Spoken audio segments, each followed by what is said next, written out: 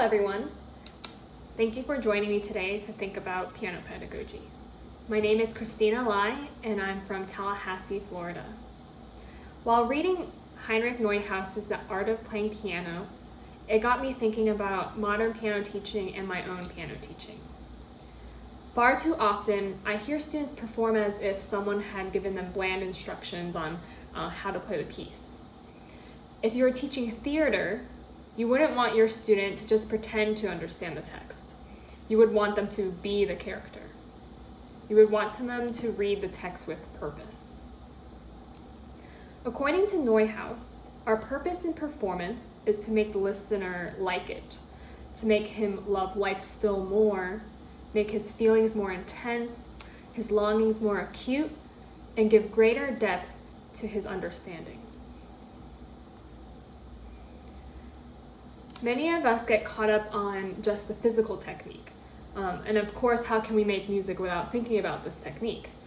But I think we should change our mindset and first think about the meaning and imagery, and then about what technique can fulfill that meaning. Of course, we cannot teach each student as if they're going to be a concert pianist, but we can teach everyone to understand what music is supposed to be. Music is an art, and art tells stories. Art makes people feel.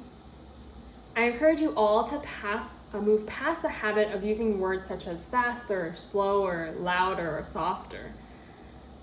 As a musical community, we need to come together and remind ourselves that music is an art, and we want to teach our students to be able to create their own art. I want my presentation to serve as a reminder that music is a form of communication, and it's our responsibility as teachers to guide our students toward communicating through this abstract yet direct medium.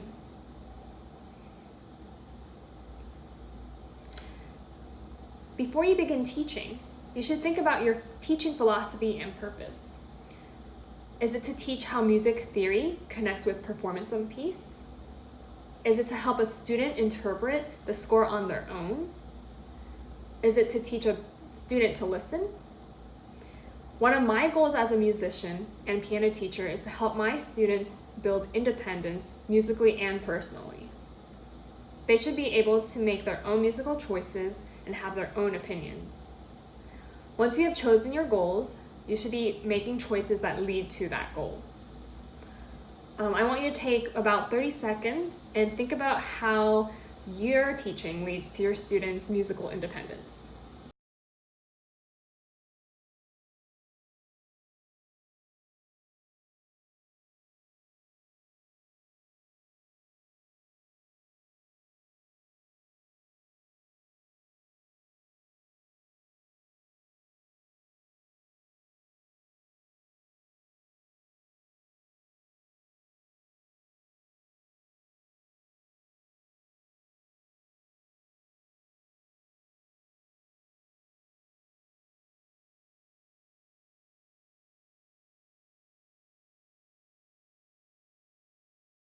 To help students become musically independent, I and many other teachers focus on teaching students how to listen and what to listen for.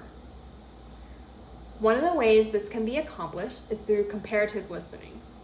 This is where you play two different versions and then you have a quick discussion on what those two versions portrayed or what the difference was. After you play, you can ask your student which one did they like better, ask for their opinion, or how was it different. So here I'm going to show an example of two different versions of the same section, and then what you would want to do is ask your student which one was better, or how did one change from the first to the second, or how would you improve a section.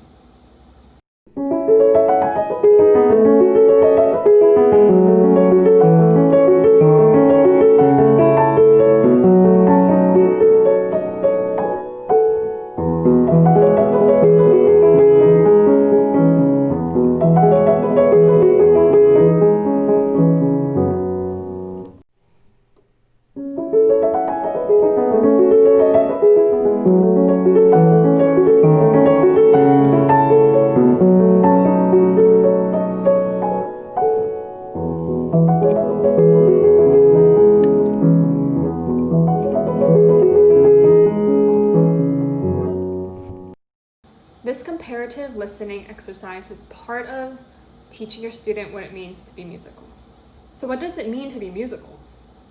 The Cambridge Dictionary says musicianship is knowledge, skill, and artistic sensitivity in performing music. RBRSM gets a bit more specific, connecting musicianship to audiation. Musicianship is a broad concept that covers a complex range of musical abilities. It is loosely defined as the ability to think in sound.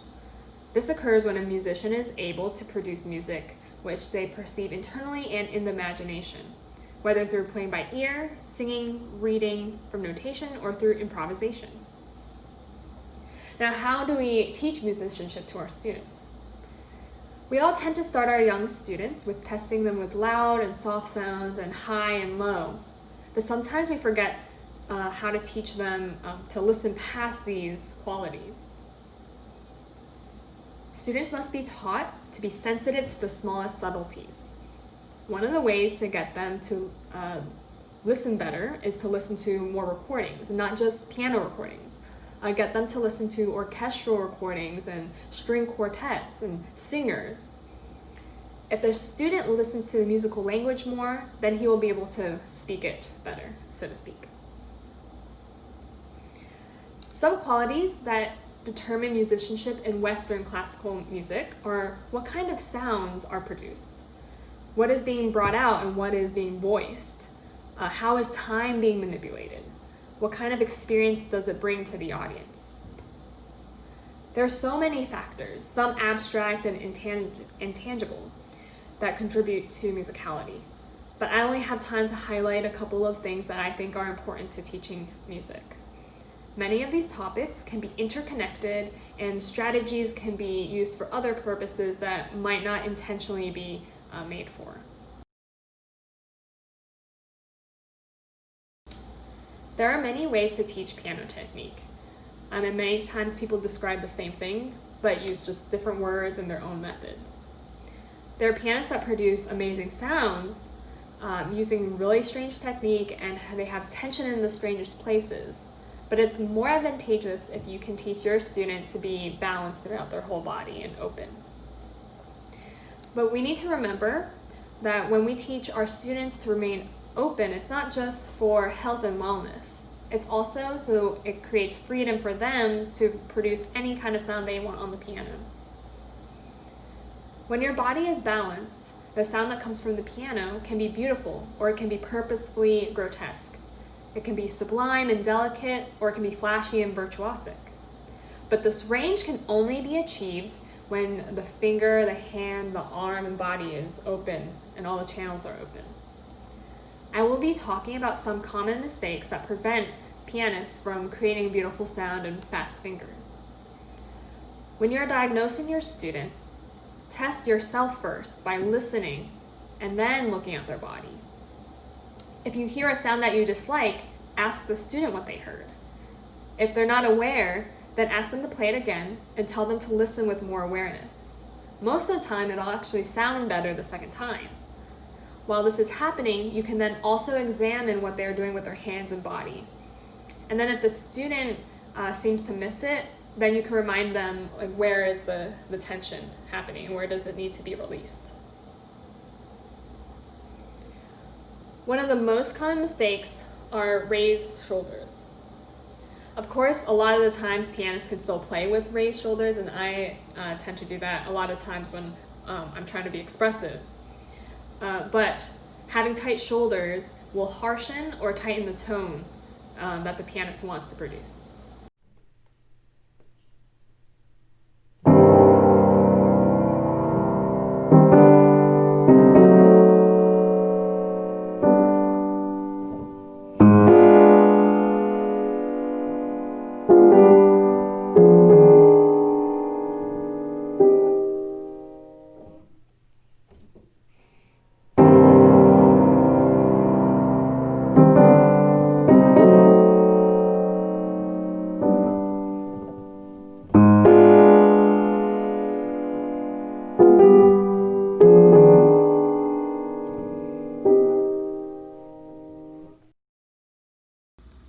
The second most common mistake is locked fingers and hands. Many times when playing one note, other fingers tend to engage and end up adding tension. Like this. So they'll play with one note and then the other fingers start sticking up. You want to help your student find a way to release this tension from the rest of the hand, whether that's finding an analogy, such as your other fingers are sleeping while one finger is playing, or you can pick up their hand and make sure that they throw their weight into each key.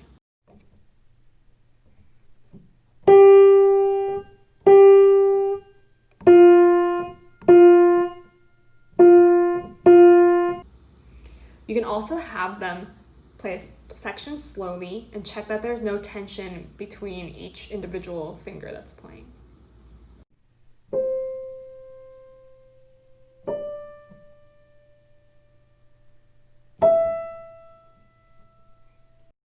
The last common mistake I would like to mention is the locked wrist. Many times I've seen students push into the piano to create this kind of sound. If you aspire to create the sound, I don't mean to insult anyone. There are many nicknames and analogies and method books for different gestures, but they all just originate from the concept of keeping an open wrist. When you want a warm, loud sound, just make sure your wrists don't lock. When you want fast, repeated notes, make sure your wrist does not lock.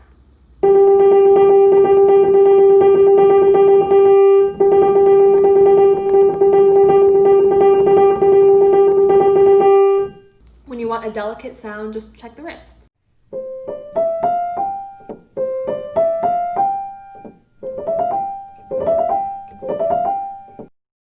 You can make fancy analogies, but it all comes down to just checking the wrist.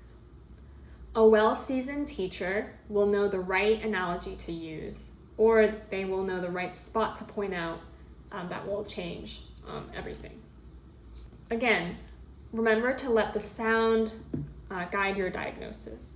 What is coming from the piano? Is it a harsh sound? Is it a pushy sound, uneven or strained? And then you can think about the physical changes that need to be addressed.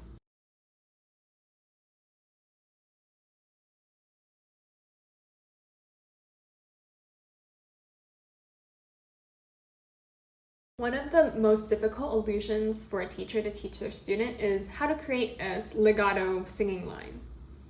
The piano can't truly create a legato sound, so it's our job to trick people into thinking the instrument is singing.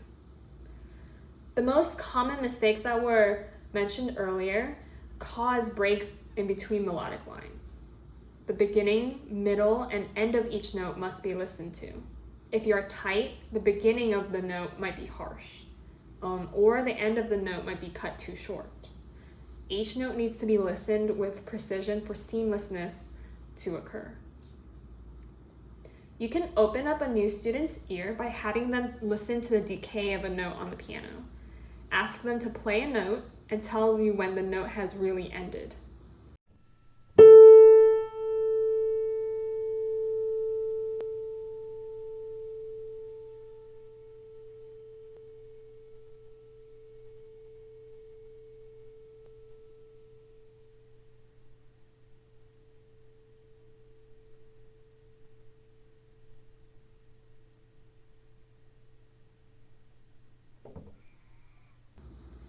Of course, this doesn't magically improve legato, but this can open a student's ear to listen to sounds between the notes, and then hopefully this will lead to better connection of notes.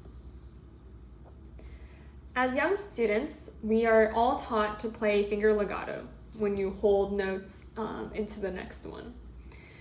But did you know that even if you use finger legato, sometimes the legato is actually not the best that you can make it?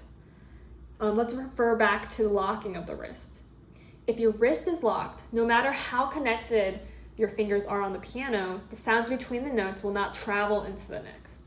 Let's listen to two comparisons of the same section.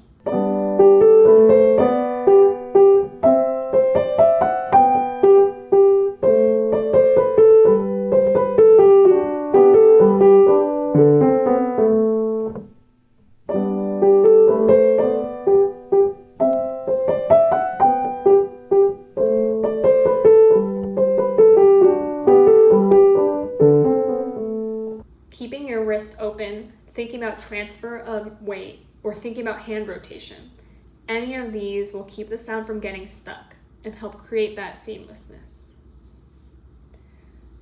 Every note must be played with intention, and each note may lead to the next note, or it might end a phrase.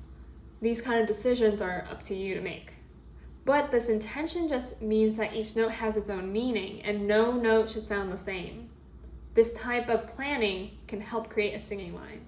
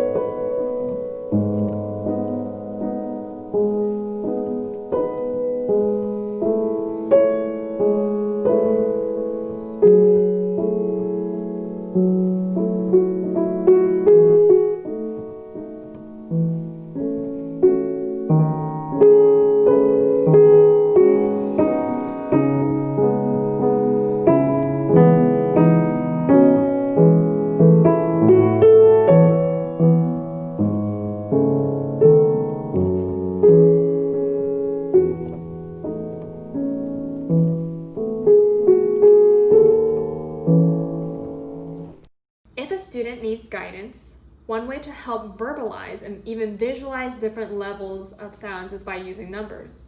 You can start with using 1, 2, 3, 4, 5, or then you can describe in decimals and say we need a smaller range, 1, 1.5, and then 2. Of course, you only need to use this if your student really cannot hear it in the beginning.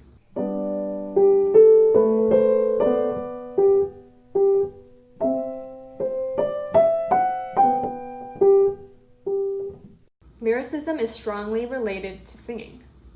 Teachers have always talked about physically singing melodies to decide how to play them on the piano. I find it very enlightening when I ask a student to sing and they sing it pretty straight. No wonder why they end up playing like that on the piano. I've made that same mistake myself. A piano teacher's job is to not only teach how to play the piano, but also how to sing a phrase among many other skills. Sol, do, re, mi, fa, sol, do, do. Sol, do, re, mi, fa, sol, do, do. Once you help your student find lyricism, it will carry over to many other pieces across many different styles.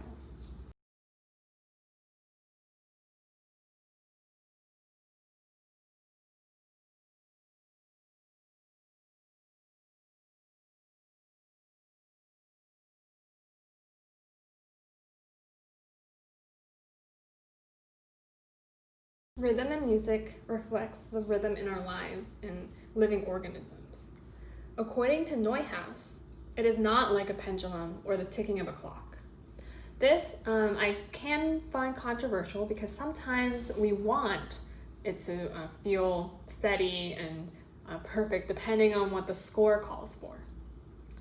But nonetheless, music should not always be played with the exact beat of a metronome. There are many ways to help your student experiment with timing and rubato. The first way to help a student feel phrases and manipulate timing is through conducting. When you conduct, it does not mean conducting just the beats of the measure. If you watch a conductor conduct an orchestra, they do not necessarily beat each beat. The orchestra already knows how to play in time. They're conducting the phrases, the subtlety, the character. So when you conduct, you want to conduct the timing and the character. If you want something more lyrical, conduct with a flowing hand. If you want something more precise, you want smaller movements. Let's take Beethoven's Opus 2, number 1. Ask your student what they think this opening phrase is supposed to portray. Think about what you would want this to be portrayed as. From there, then you can decide how you and or your student should conduct this phrase. Feel free to conduct with me as I play 2 versions of the opening.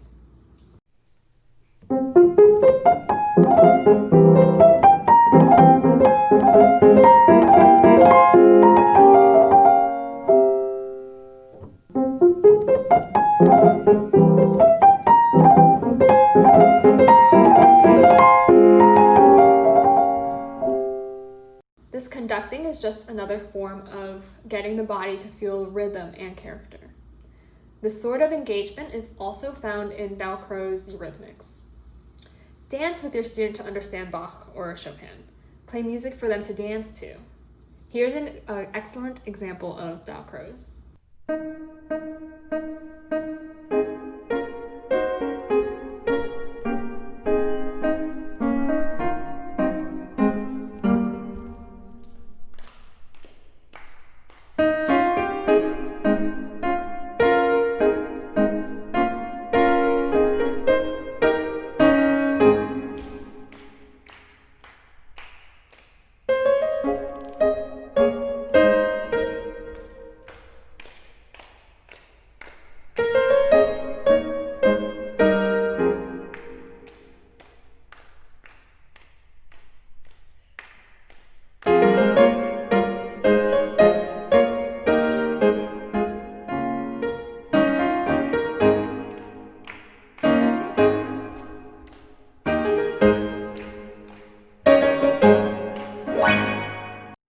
Just finding different ways to feel rhythm will build creativity in their music making. We will take this Bach Gavotte, for example. The pianist needs to understand the dance in order to achieve the right intention.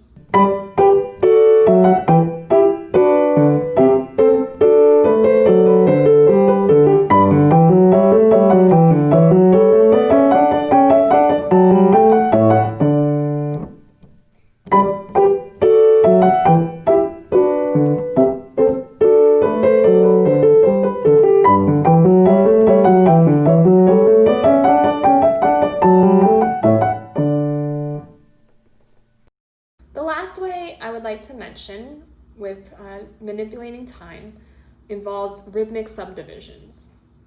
These subdivisions are like heartbeats. They increase in speed with more exhilaration or anxiety, or they slow down during a relaxation. As a teacher, you can guide your students' timing of phrases by singing, conducting, or actually playing the subdivisions on the piano while they are playing.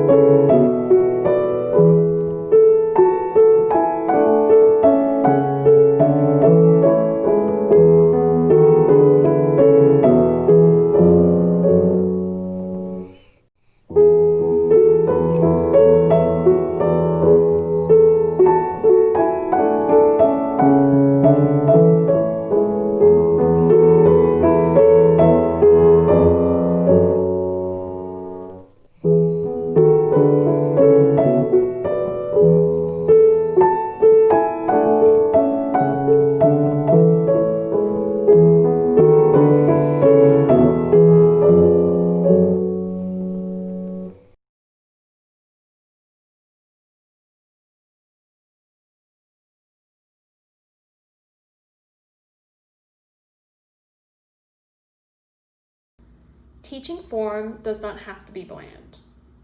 You don't even need to introduce your student to the logistics of analyzing form right away.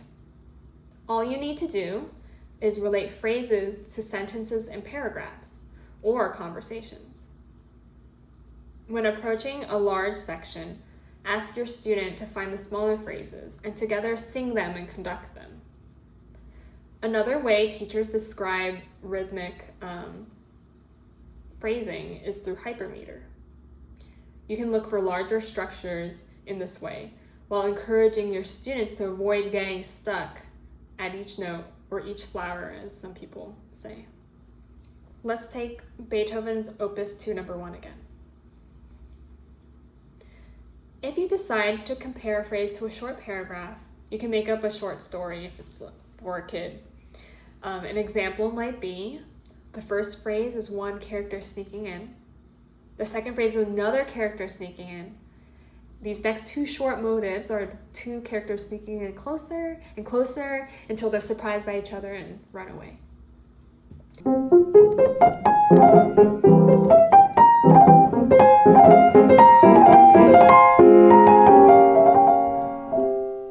Obviously, there are better ways to describe this, and sometimes you don't need to create a story depending on the student. I find this way to be best for students that need something slightly more concrete in order to understand. Once there's this short plot, make sure each short phrase sounds different, and the larger phrase is a culmination of these shorter phrases, like you're putting together a puzzle. If you like to describe phrases using hypermeter, you can take the first 2 measures as one group, and then the next as a second group. The next 4 measures are the third group. So it ends up being a 2 plus 2 plus 4. And then you can take this and conduct it.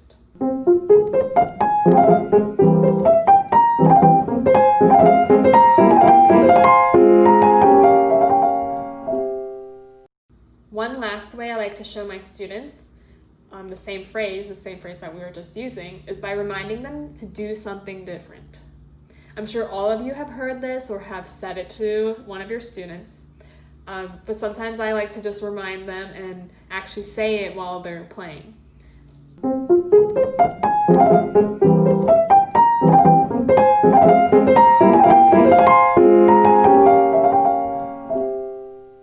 Form is also related to harmonic structure and progression. When you begin teaching your student to listen for harmonies, you can just begin with showing them tension and release. Where does the phrase seem to tighten or come closer together? Where does it feel like it's releasing tension, or where is it arriving at some sort of resolution?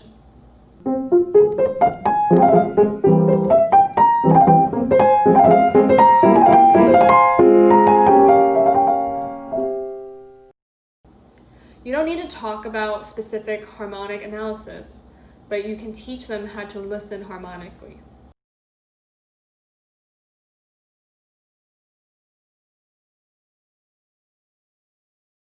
Some of the strategies that I talked about earlier are involved in nonverbal communication.